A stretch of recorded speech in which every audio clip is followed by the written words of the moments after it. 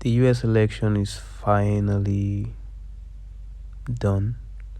They are done with that, done and dusted.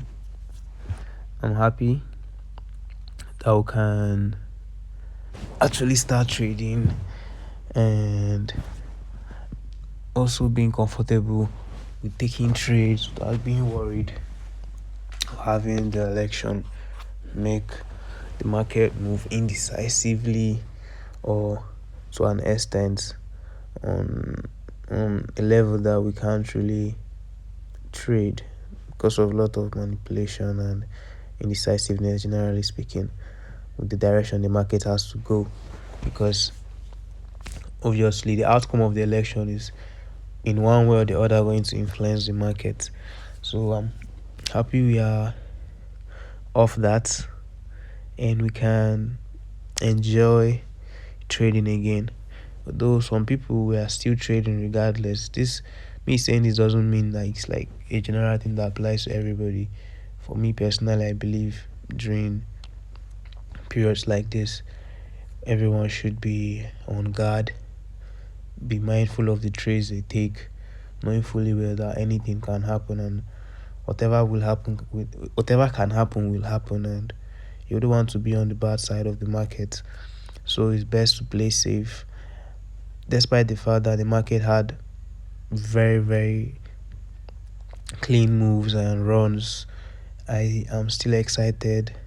I'm still happy that I didn't participate, showing that I stick to my discipline. I said I wasn't going to trade, and I did exactly that. I said even if I was going to trade, it wouldn't be me trading my prop account, my profile account. I'd rather go to my demo account and take trades and see what happens. And I was still being very, very cautious with my risks regardless. So I was actually recording this before, but I realized that I made some funny mistakes with my speaker. It wasn't on, so I had to like start the whole thing afresh. But I'm happy to have you guys back on the YouTube channel. Thank you for always clicking to watch. It's much appreciated. If you guys enjoy what I'm putting out, I'll really appreciate if you guys leave a like, a subscribe, and also a comment on the video. It really encouraged me to make more and know that people are watching and listening. So without any other issue to address on that, let's just get straight to the chat and see what's going on. So first thing, let me turn this shit off. Yes, okay.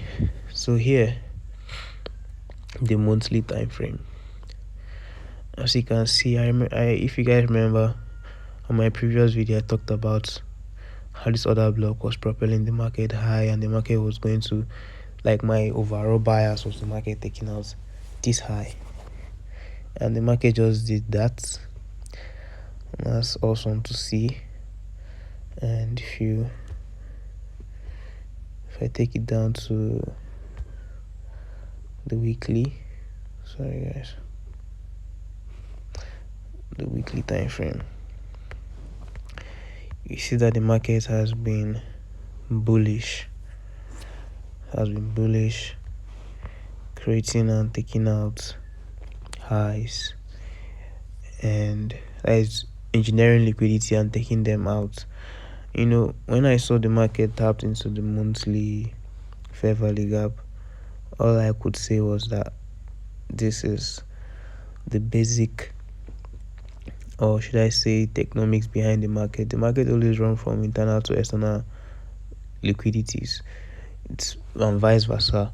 So once I saw the market moving from this OB, this other block, I knew for a fact that it's going to take out this high.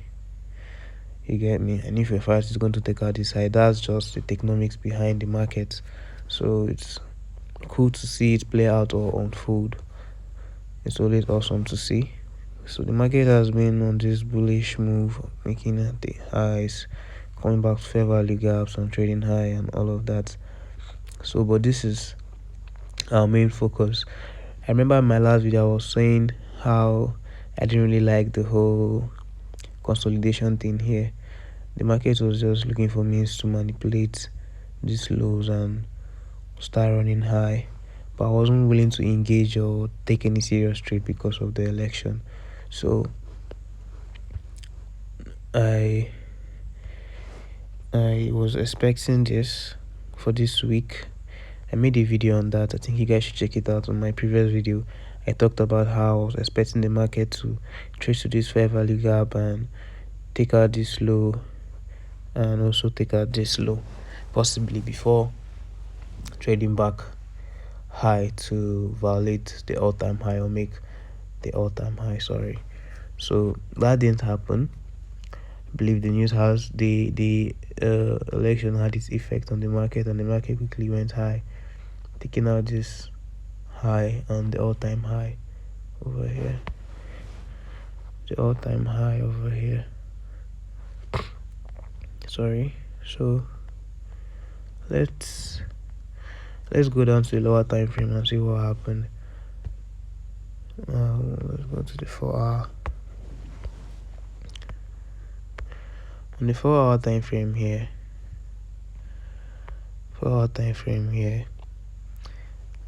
the market started off this week with a lot of indecisiveness. That's why I see all this week and all of that. If you remember my previous video I made, I think the first video I posted on the channel, I was expecting the market to take out a low, equal lows before it started running high. The market did just that this week. You can see that here.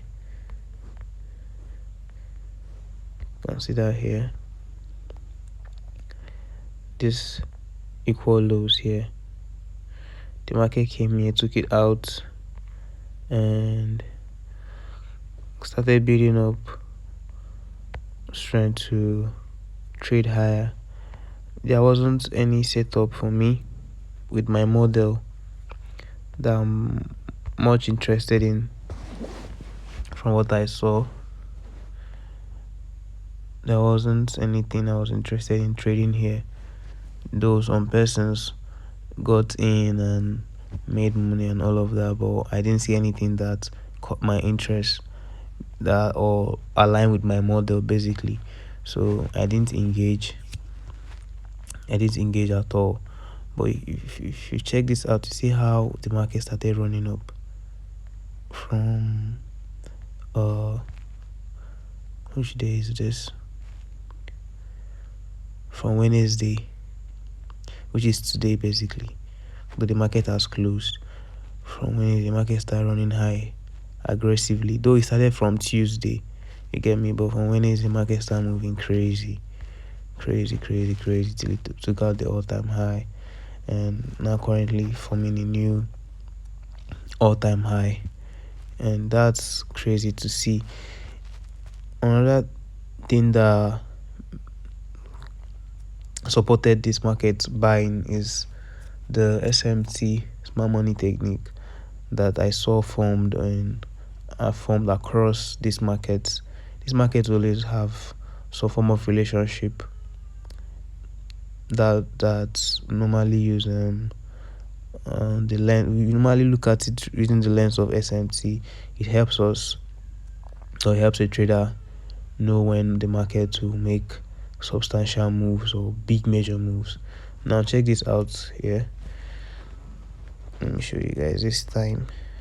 This is 8th October because I'm using the daily time frame, and this is the 4th of October. Okay, sorry, 8th October, right? And 4th November. Let's go to this pair. 8th October, 4th November. Nasdaq. Okay, let me just do this across before I start explaining. 8th October.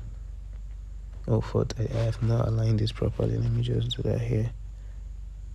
Yes, I think this is better. So, if you observe, you see that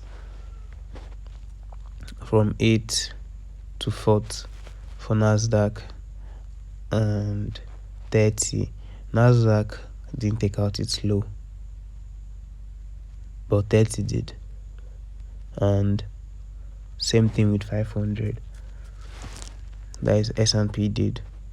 Nasdaq, no, S&P didn't, sorry. Nasdaq didn't, but 30 did. This is an indication that the market was extremely bullish and it was going to buy. But honestly speaking, I wasn't really active in the chart this week because of the election. But now that it's over, I'm likely still not going to trade. I might trade tomorrow because of FOMC, but at the same time, I will be very much careful. I would love, or better still, just trade next week. But I'll still check out the market for tomorrow to see what's going to happen. Tomorrow is FOMC, and I'm excited for that. Can't wait to see what the market is going to do tomorrow. It might be crazy. The market might not do much because of the already big moves that's already occurred, but it might still do something crazy. I don't know. Tomorrow I'm going to find out. So this SMC is one of the reasons why the market made this crazy move. The fact that Nasdaq and 500 were unable to take out their own lows. You get, I'm just reaching through the two of them so you can see the dynamics, the relationship. Was unable to take out its own low, meanwhile 30 did. This was an indication that the market wanted to buy. Had it been that Nasdaq took out this low as well, same with 500, and like Nasdaq and 500 took out their own low, the probability of the market buying this way will be very, very slim. It will be very, very slim. So that's basically it. Let me go down to 9:30 and see if there are any opportunity to buy. Man, this market is looking sexy as fuck. Sorry. Here, this is Tuesday. Tuesday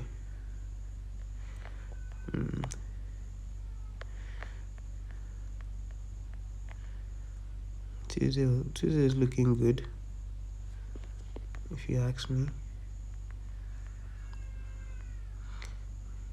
There are definitely things here that I would have considered to take 1:30 on Tuesday. Meanwhile, for today, Wednesday, there's nothing. Wednesday is just I don't want to use certain words so that I don't get demonetized, but today was just not it at all. I didn't see anything that like my model on 30. Let me do the same for 500. Nothing on Tuesday, and nothing today as well. The market was just doing this slow, lethargic move. Nothing really interesting here, in my opinion. Nothing really here. Nothing here to trade on. Same thing for 30. Same thing for Nasdaq. So yeah. So tomorrow is FOMC.